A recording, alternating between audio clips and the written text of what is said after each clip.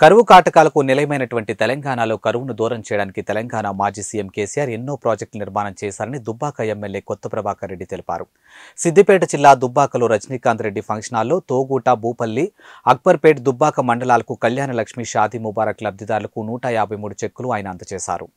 అంతకుముందు ఎమ్మెల్యే కొత్త ప్రభాకర్ రెడ్డి ఐసీడీఎస్ కార్యాలయాన్ని సందర్శించారు. ఇక దివ్యాంగులకు 20 ట్రైసైకిళ్లను పంపిణీ చేశారు. ఇక అంగన్వాడీ టీచర్లకు యూనిఫామ్ చీరలు అందించారు. ఈ సందర్భంగా కాంగ్రెస్ ప్రభుత్వం ప్రజలకు ఇచ్చినటువంటి హామీలను మరిచి పాత ప్రభుత్వంపై విమర్శలు చేయడమే పనిగా పెట్టుకుందని అన్నారు. ఇక ప్రజల గుండెల్లో గూడు కట్టుకున్నటువంటి కేసీఆర్ను వారి మనసులోంచి దూరం చేయలేరని తెలిపారు. ఇక రైతులకు విద్యుత్ సమస్యలు లేకుండా చూడాలని అన్నారు. ఇక కాంగ్రెస్ ప్రభుత్వానికి మాపై ఏమైనా కోపం ఉంటే తమను ఇబ్బంది పెట్టండి, కానీ రైతులను ఎందుకు ఇబ్బంది పెడుతున్నారని అన్నారు. ఇక ధర్నాలు చేస్తే తప్ప మల్లన్న సాగర్ నుండి నీటిని విడుదల చేయలేదని అన్నారు.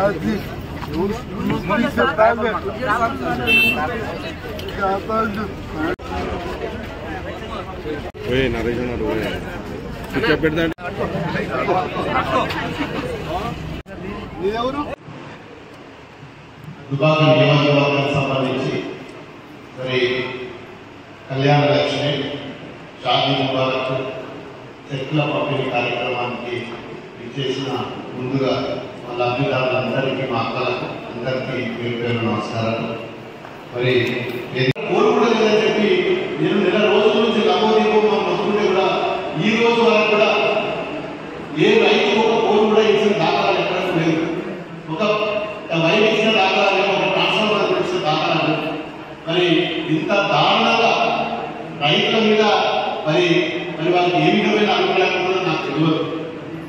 ఇవాళ నిన్న కూడా డిపాజిట్ రాలేదు నిలబడ్డాడు పాపం పెద్ద మనిషి. రెండోసారి కూడా డిపాజిట్ రాకుండా కూడా వాళ్ళ సిగ్గు లేకుండా ఏం చేస్తున్నాడు.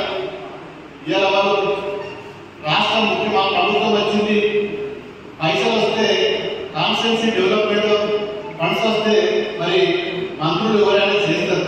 మరి దేనికి ఖర్చు పెట్టాలి? ఓడిపోయినకు ఇలా పైసలు ఇచ్చి ఇష్టం ఇచ్చుకుంటాము అని చెప్పి మరి వాళ్ళ ప్రభుత్వం ఏం సమాచారమో ఏం ఆచారమో మరి వాళ్ళ ఊరు తెలుసుకున్న అది ఆ కన్సిడర్ ఏం పడలేదు. ఉన్న కూడా ఉప ఎన్నికలలో మరి మన అభ్యర్థి ఓడిపోతే ఏ ఒక్క రోజు కూడా మరి అధికార కార్యక్రమాలను ఎక్కడ కూడా మరి ఆచరణ దాఖలా ప్రభుత్వం ఇప్పుడు అందరికీ కూడా ఓడిపోయినలకు, డిపాజిట్ రానులకు, యోని పడితే వాళ్ళకే పైసలు ఇచ్చి అందులో సంతకాలు చేసుకొని గుళ్ళలకు, బండలకు, సంఘాలకు ఈయన ఇస్తే తప్పలేదు. కానీ ఇవి కూడా నేనేమంటున్నా మీరు ఇయ్యాలి, నేనేం అప్రిషియేట్ చేస్తలేను, మీరు ఎక్కడ కూడా దాదాపు ఇస్తలేరు. వాటితో పాటు కావాలకు తీయండి, రైతులకు పట్టేసరి తీయండి, లేదా సమస్యలు ఉంటే ముందుకు రండి. మరి ఎక్కడెక్కడ ఆగిపోయిన కావాలి కాలువలు తీయండి, బిల్డింగ్ అయిపోతే బిల్డింగ్ చేయండి. మరి అంగన్వాడీలు కానీ, ఆశా వర్కర్లు కానీ మరి వారి సమస్యల మీద మాట్లాడుకుంటూ ముందుకు రండి, మేము స్వాగతిస్తామని చెప్తున్నా. పైసలు తీసుకొని నువ్వు ఊగకొట్టి పోయి ఉపకారాలు మాత్రమే మరి అది కరెక్ట్ కాదు. మరి ఇన్ని సమస్యలు ఉన్నాయి.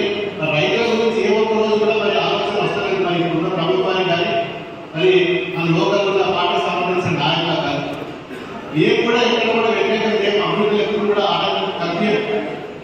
మరి ఏదో ఒకటి చేసుకుంటా పోతే మరి ఇవన్నీ పోతే మనం ఇప్పుడు ఉన్నాయి కదా. ఇలా ముఖ్యంగా రైతులకు సంబంధించిన గ్రామాలకు ఊళ్ళకు నీరుగా ఇబ్బంది పాలవుతున్నారు. మేల్కాలు కూడా కంప్లీట్ కాక అక్కడక్కడ వదిలాక ఈ మంత్రులు వచ్చి ప్రోటోకాల్ ప్రకారం రాత్రి 12 గంటలకు మన కొండసూరిగా కలిసి మల్లన్న సాగర్ నీళ్ళు రాత్రి 12 రాదు. ఇది ఏం మరి వాళ్ళని ఏం ఆధారంలో మరి వాళ్ళు ఏం ప్రోటోకాల్ నాకు అర్థం కావట్లేదు. దయచేసి ఇప్పటికైనా మరి ఈ నాయకులకు బుద్ధి రావాలి. ఈ ప్రభుత్వానికి కూడా రైతుల పట్ల పూర్తిగా అవగాహన ఉందో లేదో తెలుసుకోవాలి. ఈ ప్రాంత ప్రజలు మరి పూర్తిగా మరి రైతులు కాబట్టి ఆ రైతుల గురించి మరి మేము అన్నింటికీ రోజు ఆవుల పోటీ, చెల్ల పోటీ, కుండల పోటీ, కరెంట్ సమస్యల మీద మరి మేము దాని మీద మేము తిరిగితే ఇవాళ వీళ్ళేమో హానిమూన్ యాత్ర వీలు ఉంటుంది. కొత్త పెళ్లి చేసుకున్నారు కదా, కొత్త కుటుంబం కొత్త కదా అన్నట్టు మరి ఎట్లా అయితే ఉంటుందో ఇవాళ వాళ్ళు కూడా మరి అదే విధంగా ఉన్నారు తప్ప ఎక్కడ కూడా ఈ గవర్నమెంట్ రైతుల కోసమో పేదవాళ్ళ కోసం ఆలోచించే మరి శక్తి ఎక్కడ కూడా 2 లక్షలు డబ్బులు కావాలంటే మా దగ్గర డబ్బులు లేవు, ట్రాన్స్ఫార్మర్ లేదు, కరెంట్ లేదు, ఏది కూడా ఇచ్చే పరిస్థితులు ఇలా లేదు. దయచేసి మరి ఇన్ని సమస్యలు ఉన్నప్పుడు వచ్చేది ఎండాకాలం అన్ని గ్రామాలలో మంచిది రావాలి. చాలా గ్రామాల వల్ల ప్లాస్టిక్ మీద కనబడుతుంది. ఇలాగే వాళ్ళకంటే నీళ్ళు తెచ్చుకుంటూ సైకిళ్ళ మీద, ఆటోల మీద, ట్రాక్టర్ల మీద ఎప్పటి వరకు మన దగ్గర ప్లాస్టిక్ బిందెలే బంద్ అయిపోయినాయి. మళ్ళీ కొత్తగా శుభ్రకి ఊదకొండ తిరుగుతా ప్లాస్టిక్ బిందెలు పట్టుకొని సైకిళ్ళ మీద నీళ్లు మోసుకునే పరిస్థితి మళ్ళీ వచ్చింది. మీరు కూడా గమనిస్తున్నారు. మరి ఇవన్నీ కూడా వచ్చేది అసలు ఇంకా ఎండాకాలం స్టార్ట్ కాలేదు. మరి ఇంకా 4 మాసాలు మరి సమ్మర్లో మంచినీళ్ళు కావాలి, బయటపడ ముందు నాటు పడి మన నాటకు నీళ్లు కావాలి, కరెంటు కావాలి, మనసాలు కావాలి, మరి పెస్టిసైడ్స్ కావాలి. ఇవన్నిటి మీద మరి కేంద్రీకరించి చేయాలని చెప్పి నేను కూడా ఈ ప్రభుత్వాన్ని హెచ్చరిస్తున్నా ఈ వేదిక ద్వారా. మరి ఈ చేసిన పథకాలు కేసీఆర్ గారు